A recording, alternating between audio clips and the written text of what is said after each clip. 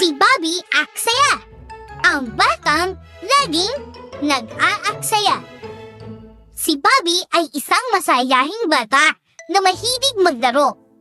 Pero mahilig din mag-aksaya ng tubig, pagkain at kuryente. Lagi siyang sinasaway ng kanyang nanay. Bobby, patayin mo ang ilaw kapag hindi mo ginagamit. Sayang ang kuryente. Sabi ng kanyang nanay. Ang dami naman po nating kuryente, Nay.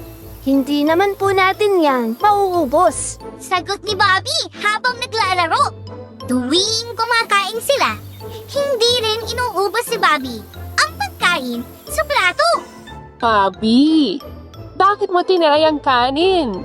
Sayang ang pagkain. Hindi ko po yan gusto, Nay. Sagot ni Bobby sabay tapon ng tira.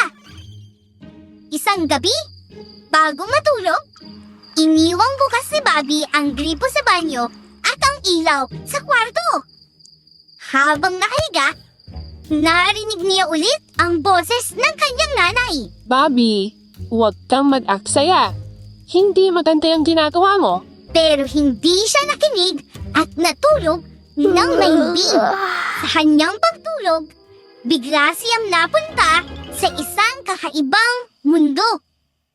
Napakadilim dahil walang kuryente. Nauuhaw siya, pero kahit saan siya maghanap ng tubig, wala siyang makita. Nang tumingin siya sa paligid, gutom na gutom siya, pero walang pagkain na makain. Habang naglalakad, naamoy ni Bobby ang pagkain. Sa wakas, may pagkain pa pala. Sabi niya. Ngunit nang makita niya ito, nagulat siya. Lahat ng pagkain ay nasa basurahan. Nakita niya ang mga plado ng kanin, gulay at prutas na tinapon niya dati. Bakit ko ito tinapon? Sayang na sayang. Malungkot niyang sabi. Habang iniisip niya ang mga naaksayang pagkain, narinig niya ang boses ng kanyang nanay. Bobby, lagi mong tatandaan, lahat ng bagay ay mahalaga. Kaya, huwag kang mag-aksaya. Naiyak si Bobby at naisip. Paano kung wala na talaga akong makain sa totoong buhay? Napakapit si Bobby sa kanyang tiyan at sumigaw. Pangako, hindi na ako mag-aaksaya. Sa sandaling iyon, nagising siya mula sa kanyang panaginip. Napansin niyang bukas pa rin ang ilaw sa kwarto at tumutulok ang gripo sa banyo. Tumayo siya agad at pinatay ang gripo at ilaw.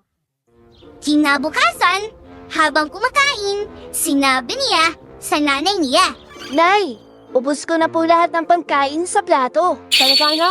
Aba, mukhang natuto ka na, Bobby.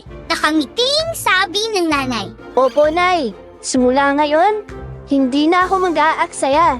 Gagamitin at kukunin ko lang po ang kailangan ko at hindi ko na po aaksayahin ang anuman pong meron tayo.